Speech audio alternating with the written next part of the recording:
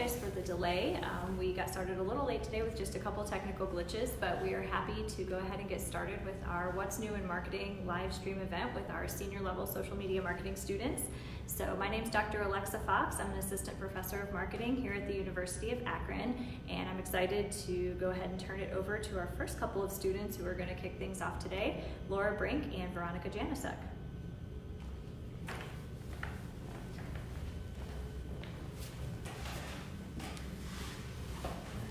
So hi, I'm Veronica, and today we're talking about social commerce. So I'm going to start off the conversation with Facebook Marketplace. And I'll continue it with Instagram Checkout. So what is Facebook Marketplace? As you may know, it's been around for a couple of years now. It started in 2016. And when it first started out, it was primarily a C2C commerce platform. So what that means is similar to eBay, when consumers have products that they may have already used but are still good, or they might not have even used them, they can sell it to other consumers online. So in the past year, very recently, Facebook Marketplace opened up a trial for U.S. companies only to sell to consumers. So it's turning to more business to consumers. But what does this really mean for businesses?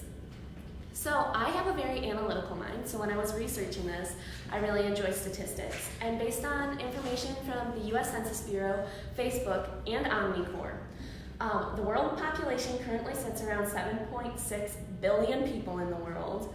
Facebook's total monthly users are 2.4 billion, and then based on what Facebook said, approximately are monthly users of Facebook Marketplace. So when you do all of the math for that, you get a statistic that over 10% of the world's population uses Facebook Marketplace. Oh wow, that is a big number.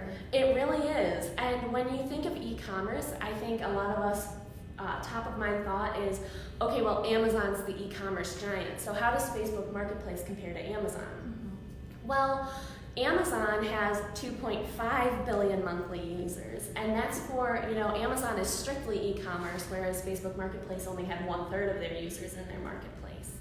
But so with that population using it, and so if you look at the statistics, Facebook Marketplace is 1/3 the size of Amazon. But you have to keep in mind that Amazon started in the mid-90s, and Facebook Marketplace has only been around since 2016. And with both of these, they're obviously a huge potential reach, but as we know as marketers, it's not great to try to target everyone. You really have to find your specific niche audience, and that's where Facebook comes in handy again, because as we know, Facebook uses those crazy great algorithms to help us target our able to show where they like to eat, what music they like to listen to, favorite TV shows, all of that good stuff. And with all that information, Facebook is then able to use algorithms to help us find and target our consumers. And then Facebook also has a really great advertising setup for businesses. So there's actually 6 different categories for advertising on Facebook. And the 3 most common tend to be in-feed advertisements, so when you're scrolling through, you just see an advertisement on Facebook. Then there's also the in-stream, which is when you're watching a video. Your advertisement can appear at the beginning or in the middle of the video. And then there's also banner ads. So Facebook has also put in the in-feed advertisements into their Facebook Marketplace. So if consumers see your business's listing on Facebook Marketplace, you can then retarget them if they go back to their regular feed and say, oh wait, go back to our product. And so we've been talking about Facebook Ads Manager, and they make it really easy for businesses to get started, because even with their current available way of selling on Facebook, you are able to connect an e-commerce application. Facebook lists all their integration partners on their website, so that this way you only have to use one application to put all of your e-commerce inventory in, and it'll automatically update on Facebook through that integration. That makes it a lot easier for companies. It really, really does. And so while I think most of us know at this point that Facebook owns Instagram, they are 2 very different platforms. So Veronica's going to tell us a little bit about Instagram. Yeah, so Instagram just created a social commerce called Instagram Checkout. It's currently in beta testing. It has about 25 companies, 130 million consumers clicking on those tags, seeing what products they can buy. It's really amazing.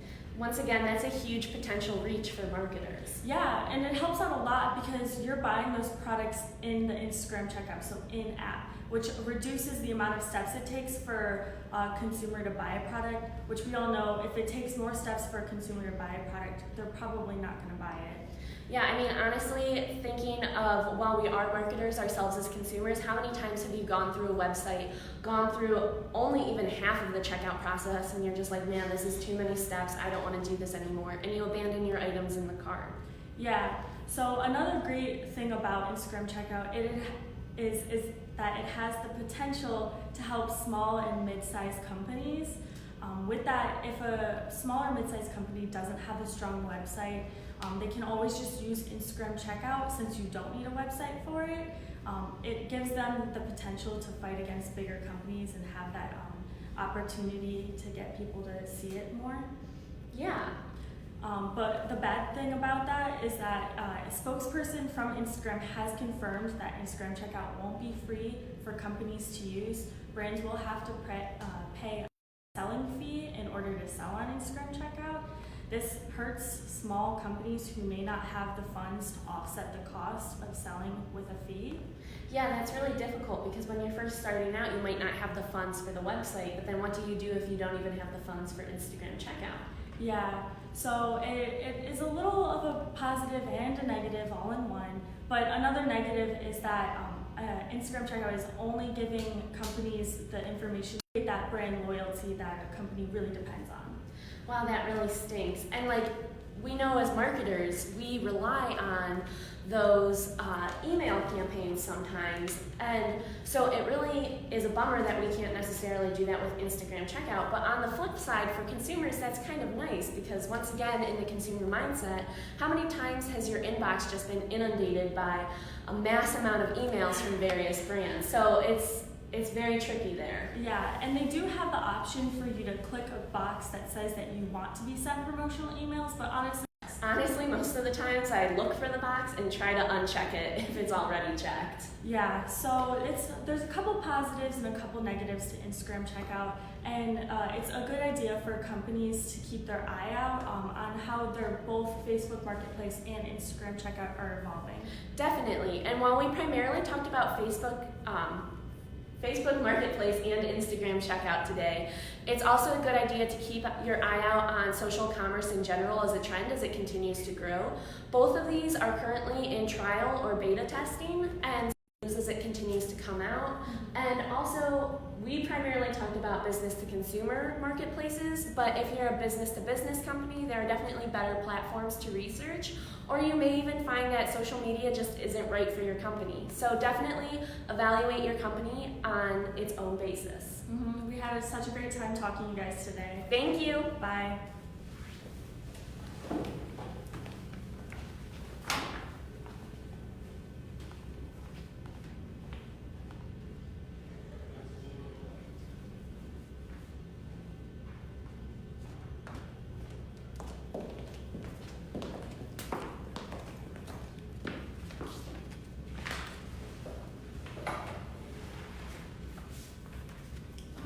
Hello, my name is Gracie. I'm here with my colleague today, Heather. Today we're going to be covering two social media trends, augmented reality and virtual reality, commonly known as AR and VR. We're going to be talking about what the two technologies are, how they're being used in social media marketing today, and then where we use for them. So I'm going to jump first into augmented reality, also known as AR. So I have a question for you guys.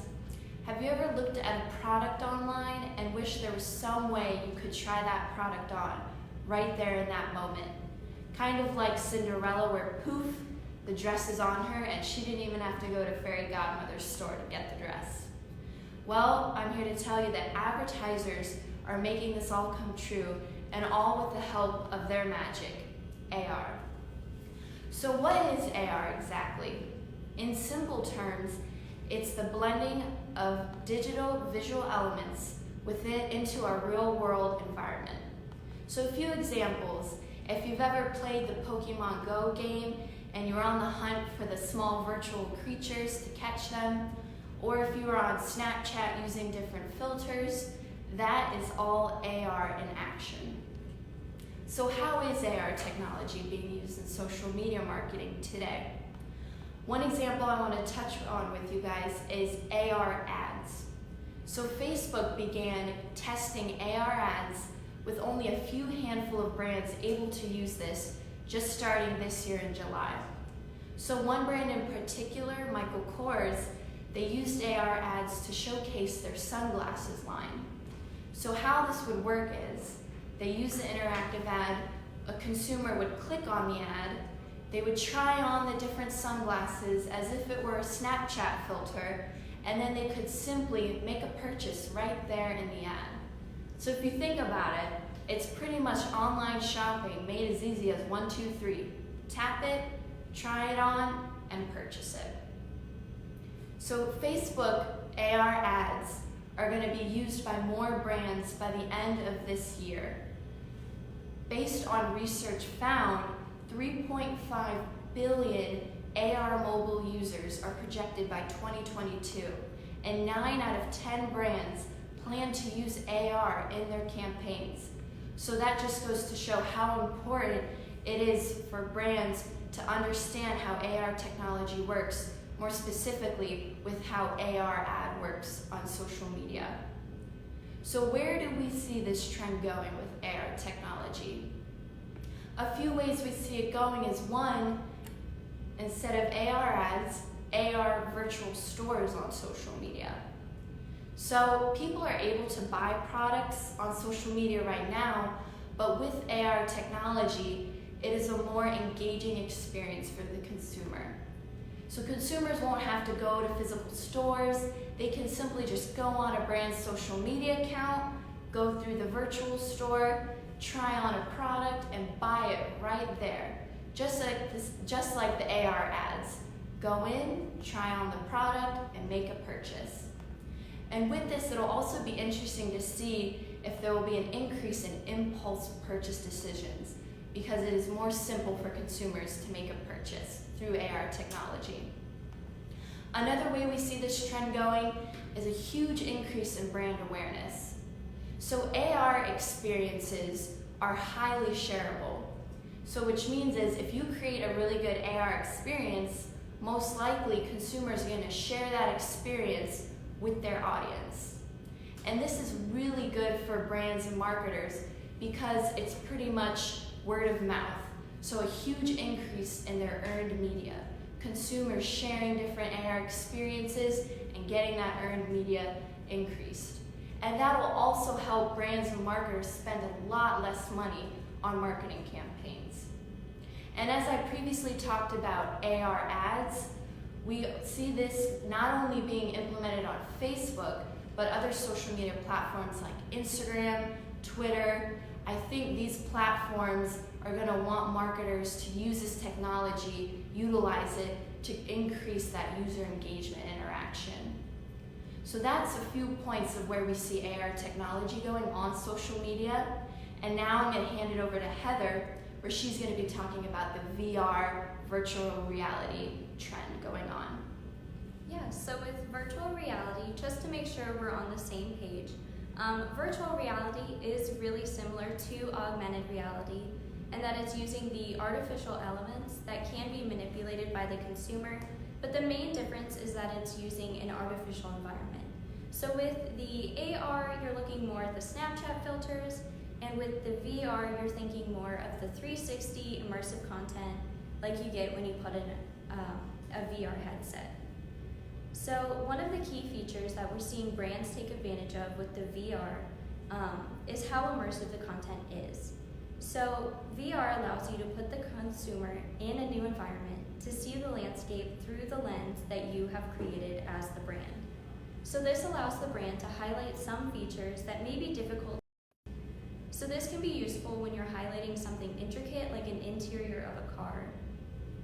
And another opportunity with the 360 video feature is that brands now have the opportunity to showcase a large product, like a car, in an up-close and immersive way. This offers a 360 view that the consumer can then zoom, pan, and direct as they please, rather than a flat set of photos or a video directed by someone else. Brands have also used this as an opportunity to connect with consumers. National Geographic have used the Facebook 360 program to post content like Ride to Space. In this post, National Geographic followers could take a journey in a weather balloon with National Geographic facts appearing on screen throughout the video.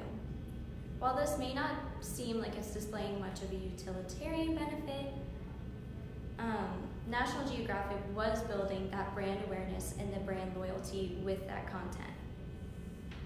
So based on what we have currently seen with VR, I'm expecting to see more and more brands using virtual reality, as Facebook Insights recently reported that 63% of users are interested in using VR to view products without having to visit a physical store.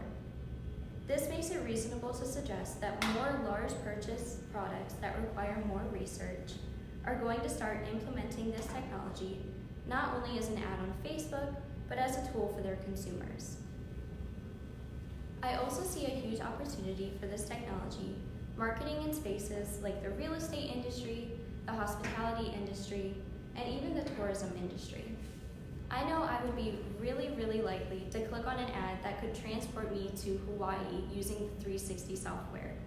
And I would be more likely to look at an ad for a real estate listing that I could direct and look through more than the traditional photos where it feels more staged.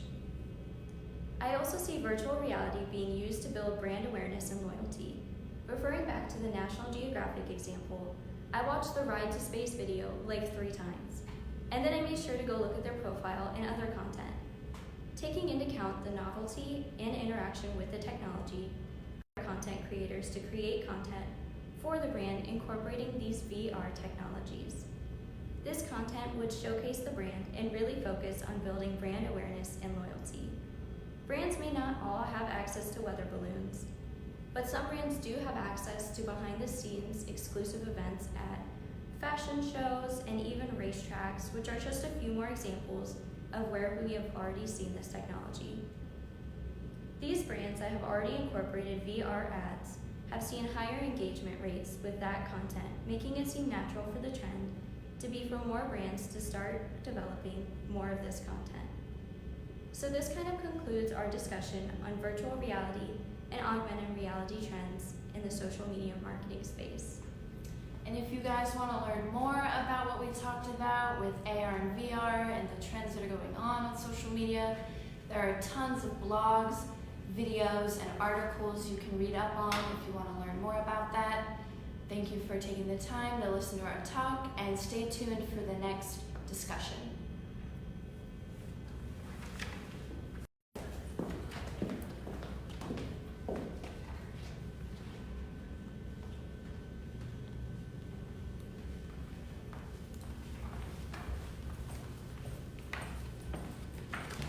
Alright,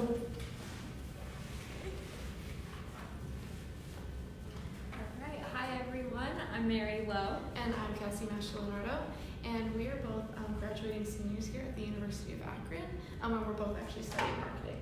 Yep, and today's topic for the live stream event is going to be more about Instagram stories and IGTV. Kind of just to go over a little bit of like an agenda of what we're going to hit. We're going to give you a little brief overview of Instagram, the stories, and IGTV. Both Mary and I have been researching these two platforms for a couple weeks now, so give you a little insider knowledge, and especially based on the trends. And then we'll kind of go into what we see it forwarding into the future, some of the problems we think they might face, and then our solutions. So kind of to go into that basic overview, Instagram started in October of 2010. So 9 years ago, and through that, these societal trends popped up, like Instagram models, fitness junkies, and millennials posting pictures of their food. So that's kind of this evolution that we've had so far with Instagram. It has grown rapidly. Within those 9 years, there is about 25 million businesses on Instagram. There's about 800 million active users, and then even 500 million stories are being posted every day. And just with that high volume usage, that's great for customers, but also take advantage of just how many people are on Instagram every day and what they're using. So kind of into a little bit more about the stories, more and more businesses are creating profile accounts on Instagram, which is great, and that helps them, but also that does help our customer usage as well. So, more within the last couple of years, Instagram did create a new story or a new feature called Stories. It is similar to like Snapchat Stories, Facebook Stories, but it is specifically found on Instagram. Within these features, you are allowed to post to interact with it or not. The fun feature about it is it is only 24 hours. So after that 24 hours is up, it is gone unless you add it onto your highlights, which is actually another feature where a company or a user will be able to add their stories into a highlight, which will be on their page forever. And kind of going off of that, I know I love for even my personal usage on my Instagram account, being able to post on my story because it's something quick and it's not going to stay on my main feed, but then also having that ability to have it on your highlights so you can, segment it into a certain different way. Right, and then even businesses use it. Like example is Starbucks. All their stories are added to their highlights, and they have it divided into different categories. So they have it for like American Sign Language, military, information about their coffee, and tips for their menu. That way, they have it for a quick, easy reference. And kind of to go off of that too, that's just like a great way to easily segment your market right then and there. And then people who, go to military or veterans know exactly where to go. They're not fussing around. It's right at that highlight. So really quick and easy use. Now to go off of basic background, there's a bunch of features on Instagram that just aren't being used every day by brands or even personal accounts. And a lot of those interactions, one to begin with, are the swipe ups. So in order to use a swipe up, you do have to have a certain amount of followers or you have to be a verified account. But even that is a great quick use. You put the swipe up on your story and then they take you right to a website or right to a fundraising link. It's super easy and you can get that immediate interaction. A couple others would be polls, and that's immediate use of feedback. So within 24 hours, you can get customers telling you exactly how they feel. Gifts, surveys, mentions, music, and hashtags. And hashtags are one of my favorite because you can follow hashtags just like you would follow a regular account. So it would post up onto your feed, like if you were following Starbucks, if you followed Pumpkin Spice Latte, you would have stuff like that pop out onto your feed immediately. So it's a great Perfect use. for the timing too. Exactly. Interactive stories are growing very rapidly. It is a very important way for companies or even consumers to get feedback about any products, services, or any ideas for the future. So one option is like a fill in the blank. So a company can ask a question about like a product or something, and the consumer will be able to answer them with their ideas or any feedback for them. Another option is mentions, which is very popular. So if a user posts a story and tags a company on it, the company is actually able to repost it onto their personal story or highlights. That creates that user-generated content. And going off of that, I know whenever I mention a company within my story and then I see them, instant gratification and kind of interaction with the customer and brand, and it makes me want to keep going back to them and engaging with them and seeing what else they're going to do because I had this like special moment with Right. the I company. definitely fangirl when it happens Exactly. to me. A cool option between Instagram stories and Instagram is IGTV, and we really think that is an able way to get an option. Going off of explaining a Hootsuite quote, IGTV videos are designed to be longer than Instagram stories. Regular users can make videos up to 10 minutes long, and verified users can make videos up to an hour long. So right then and there, an hour long, that's like one Netflix video. So if you're gonna watch anything, you can also watch it on IGTV. But for brands, this is the potential to obviously advertise for any products, but also educate for anything as well. It's a great potential to be its own streaming services, which is what we kind of see happening with Instagram TV. And it's definitely something in trend for 2019, cut the cord, don't use cable, and doing anything that is easy access to something that's staying on trend for 2019. Right, and Instagram is free, so you're not going to have to pay for that streaming service as well. Exactly. Looking forward, Instagram stories and IGTV is really something that you should think hand in hand. It was able to help your brand kind of get their awareness out using advertising in your stories for your IGTV? Considering the future with IGTV, there are some complications that Mary and I have not seen yet, but think might happen in the future. One of that is because if you're a verified posting for it, that's a long time, especially if you're someone who likes to watch Netflix and Stranger Things is your content. That's not really something that's happening on IGTV, or at least not something that we've seen so far. So if you don't have inviting content or something that's really personable or authentic to your brand, you'll probably get like a trail off of views throughout that IGTV streaming services. So that's something that we do see happening in the future. One of our solutions that Mary and I did come up with is to create an ad-free space. So as less ads as possible would probably be the greatest for Instagram, because it already is a free service. To add any kind of expenses will probably diminish the use of IGTV, as well as just staying up with competitors like Netflix and Hulu. Trying to really keep your costs low will help in the long run. And another idea for brands to stay relevant is hopefully adding incentives, because it's not necessarily like watching Stranger Things. You can add those incentives for your products, for your brands, and we think that'll help a lot of the engagement within IGTV.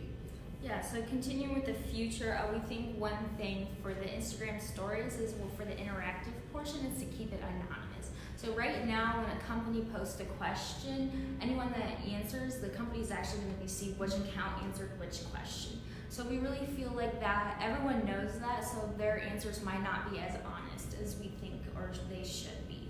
So keeping that anonymous will definitely be able to create more info for that certain product or topic. Another option is we think that people should start using Instagram stories more often, because they are at the top of the page and more people don't have enough time to, period is over, it's done. And then if it's on your highlights, that consumer that missed it or only had a second to look at it can go back for that reference as well. Yeah, exactly. So social media marketing is a great tool for Instagram and all brands. Specifically, we want to focus on the Instagram stories and interactions. Yeah, being able to talk about this today with you, we've really seen the effect that brands have when they use both IGTV and Instagram stories hand in hand, like we were saying earlier. And if you're able to do that, you're fully optimizing your brand and what it can do. Thank you so much. You can follow me at Cassie Marie 10. That's KASSIE Marie 10 at Instagram. And then me at Mary Lowe, or at _Mary Lowe, if you have any questions. Thanks so much, and stay tuned for the next ones.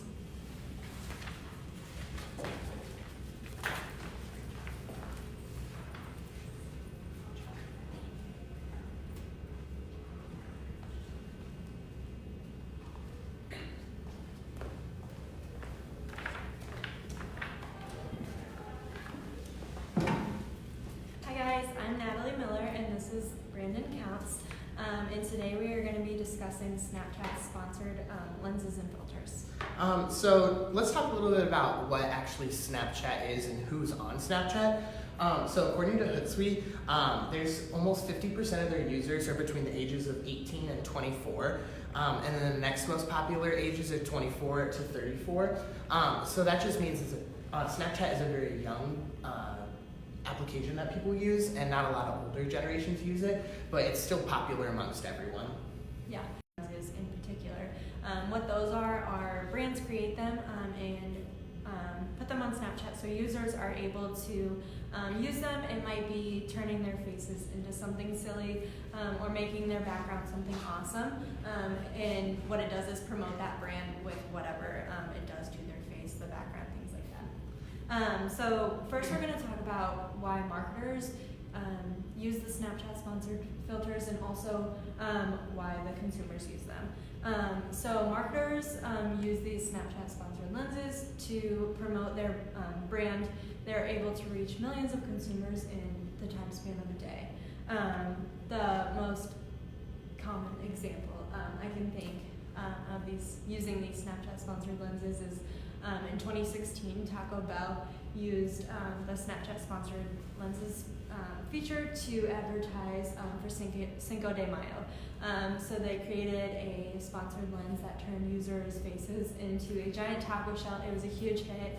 and it reached 224 million Snapchat users in one day. And that is just such a large amount of consumers that are now thinking about Taco Bell, sharing it with their friends, making them want to go to Taco Bell. Right now, just you talking about that kind of makes me want to go to Taco Bell and get a taco. I mean, me too. So it's a huge hit, and it really had a great impact on their brand. So from the consumer's perspective, I don't know if any of you have heard of this little TV show called Stranger Things. It's a very popular Netflix show, and back whenever their season 2 came out, they had a really popular augmented reality.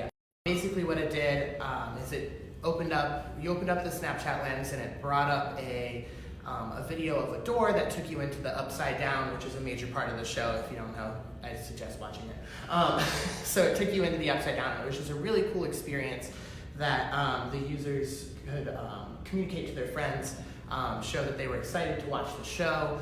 They were excited for season 2. They were really looking forward to it coming out. It came out about a month prior to the second season coming out. So I don't know if you've ever seen Stranger Things. Oh, of course. I'm an avid shelter and sending it to my fellow Stranger Things fans. It was a lot of fun, and it really brought something new to the Stranger Things life, and that was one of the first times that Netflix used it. We used the sponsored lens feature on Snapchat, and it was just fun for users to communicate that to their friends and all of that. So Definitely.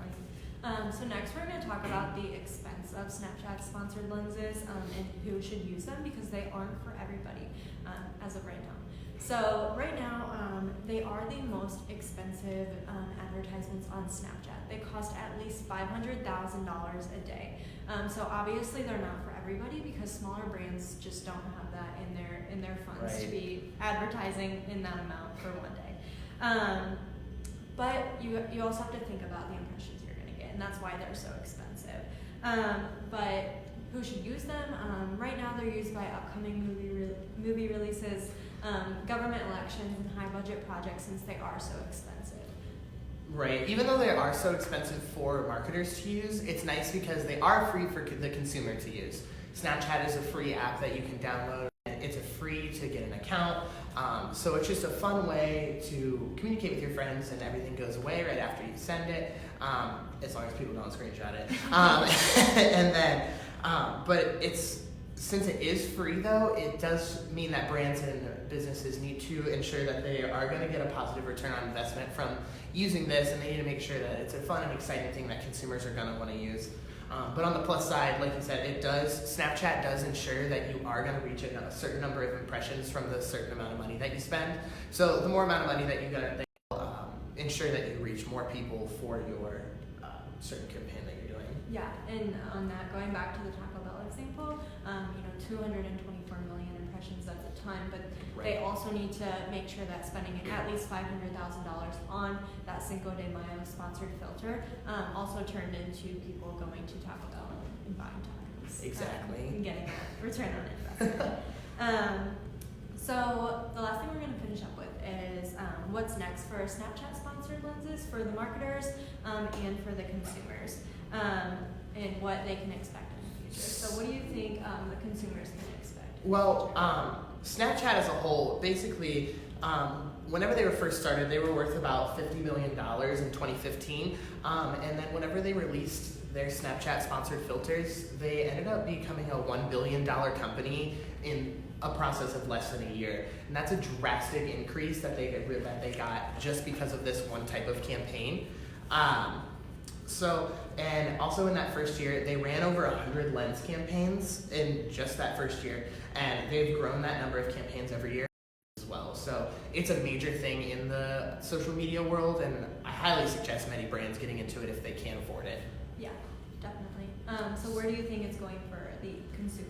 Well, as a consumer, I really think that more and more people are going to keep continuing to use them just because they are so fun and exciting, and it's a really fun way to communicate with your friends, like different brands that you like or a movie that you want to go see or something along those lines. Something that I would like to see Snapchat bring back that goes along with this is going more in depth with their AR that they offer already. I know that a few years ago they tried to offer their Snap Spectacles, those little glasses that you can take pictures with, but really I think those were just ahead of their time. and they didn't have the proper technology at the time to really make that exactly what they wanted it to be. And I think in the next couple years, if they bring those back with better technology and allow the use of AR lenses and making it a more enjoyable experience for the consumer, I think it's going to be a big hit and people are going to really like them. Yeah, I totally agree with you. I remember when they came out, and I think they kind of didn't really work out, but if they were brought back, they would definitely be something that I would be interested in. So what do you think about I think that the sponsored lens feature as an advertisement is going to see steady growth. It's going to keep reaching higher amounts of consumers as time goes on. That being said, only if Snapchat remains one of the highest social media platforms, which I truly believe it will, because it's reaching those 18 to 24-year-olds who, as time goes on, they're still going to be the ones you're going to want to market to. And even the younger generations who are just getting on social media are using Snapchat. They think it's cool to get a Snapchat. Right. You know, you have to be so old, but when you can, you know, getting a Snapchat is big, and I don't see that going away anytime soon. I also think marketers, as it does grow, need to keep up with the trends. So keeping up with trends to tie into their sponsored lenses that they create in order to spark conversation and engagement with their brand and their Snapchat sponsored lens. Something cool that I think would be awesome to see is scaling down on the air's reaches. That way it could be cheaper and more brands are able to use this. This is good for both the brand and Snapchat because more brands are able to use it, even though it won't reach as many people. Some brands don't need millions and millions. Right. They need people in their area. And it's good for Snapchat because they're going to continue to increase their profit. An example I thought of was being from Akron, Ohio. People from around here take pride in Swenson's, and the fact that they can go get a Swenson's burger whenever they want. Right. And they're just really prideful about being from the Swenson's area.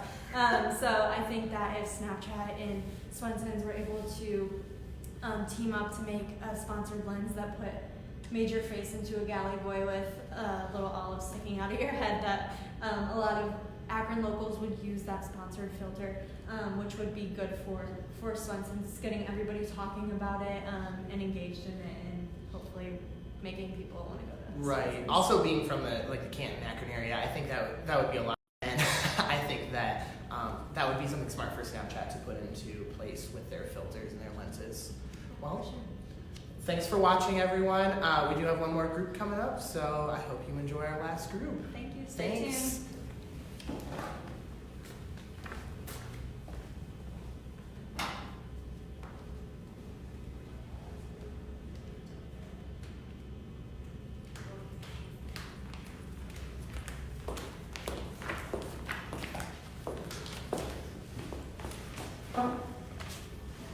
Hi guys, I'm Madeline Ossenheimer. I'm Lainey Spoonover. So Lainey, have you ever been scrolling through Instagram and you see a post, but it's not really a post, it's actually an ad? Yes, this happened to me this morning.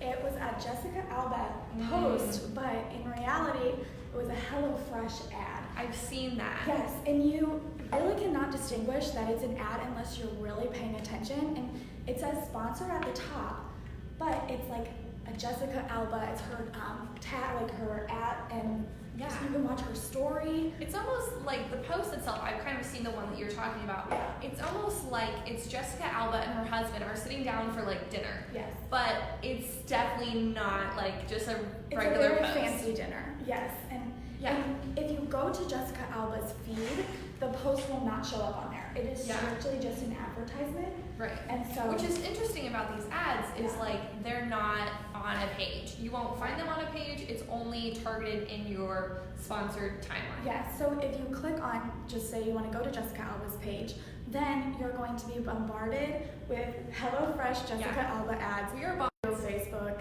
everywhere. I've done like some digging, and so I started scrolling through Instagram, and I've counted, and I found out that within every fifth or sixth like post that runs on my timeline, one of them will be a sponsored ad, and it is crazy. And that must be the Instagram algorithm. Yeah. Because it, like, without fail, I have done it. My friends have done it. You And guys it's at home, yes, hop on try it. Instagram. Not count, right now, like though. your post. Don't Not right do now. it. Yeah. But count your post, and if you will probably find a sponsored ad within every 5 posts, which Yeah. is pretty crazy. It is, and it definitely has to be their algorithm. But Yeah.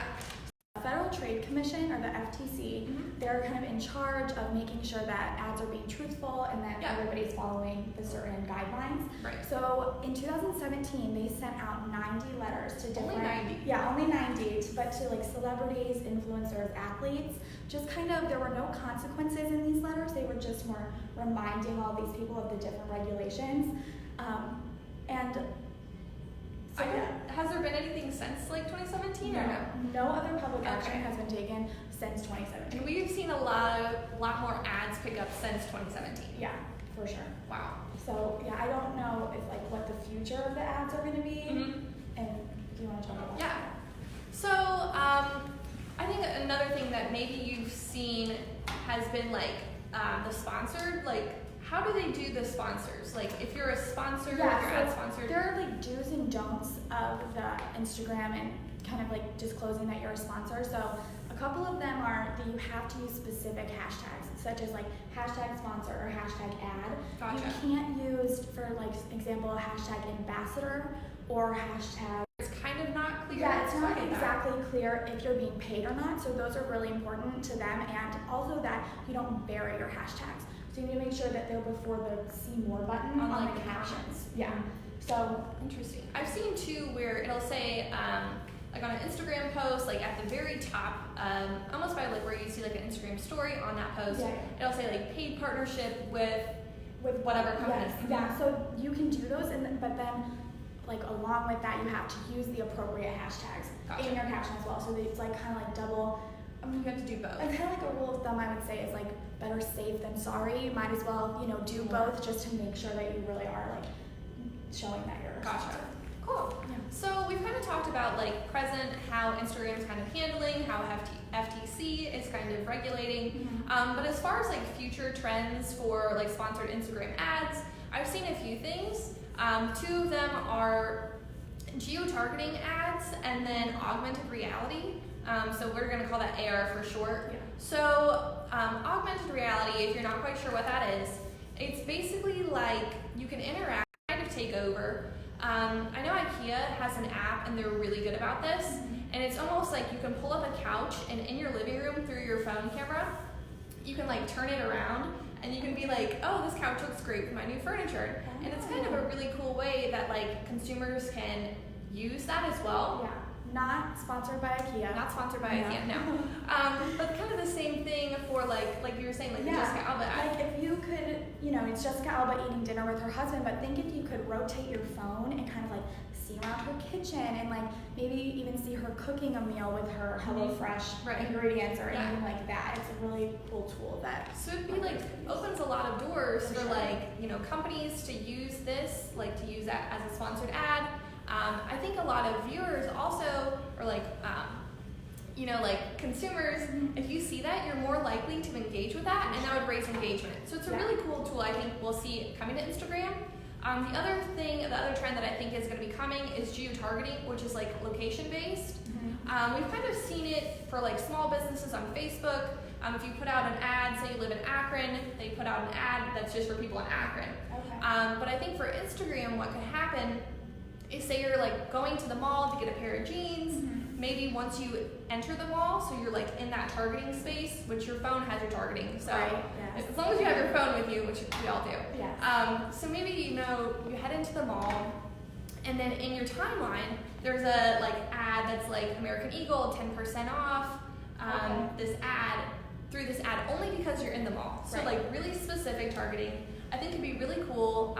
And I mean, who's not going to take that coupon once you're in the mall? Right. It's really hitting the consumer where they need to be kind of hit to Yeah. drive them to make that purchase. And I feel like that's one of those things that could maybe seem like a little bit like intrusive, but when you think about it, you're really benefiting because you Right. were already going there anyway. Now you have this coupon that you can use to get more money off. Yeah. And I've seen that same thing kind of happen on Instagram, but more with like online stores and boutiques where you get a coupon if maybe you put something in your cart. Mhm. But I think for them to like utilize the location and Mhm. where it's actually tracking you, Yeah. that would be really awesome. So really cool like advancements coming to Instagram. Yeah. So what? The future, I think, for like FTC and regulations is there's two nonprofit organizations right now that are really dedicated to this cause, and that they are Public Citizen and Truth in Advertising. So they're really pushing for lawmakers and regulators to get involved in this. That's awesome. Yeah, because the FTC, they don't have the resources, they don't have the funding. There's such a There's so majority, many there's ads. so many ads that they just can't cover them all by themselves. And so I think that will be one thing that the lawmakers and regulators are going to start getting involved. Mhm. And another thing will be like issuing fines, and not only to the sponsored. And I think that would be really important because right now there really aren't any consequences. Like people are getting letters, you know, like that's It's a lot more when it's like money, you know. exactly. People like, take it a lot more take seriously. for sure. But I think with any regulations and new guidelines that are made, that advertisers are just gonna kind of keep finding loopholes. Yeah. They're following the rules, but they're still kind of finding ways that they can break them in certain ways too. So Because it's not super clear. So exactly. maybe They're like trying, more but- regulations in the future. Yeah, I agree. Awesome. Yes, thank you guys so Thank much you. for watching, and tune back in on Thursday for our other live stream event. Thanks. Thanks.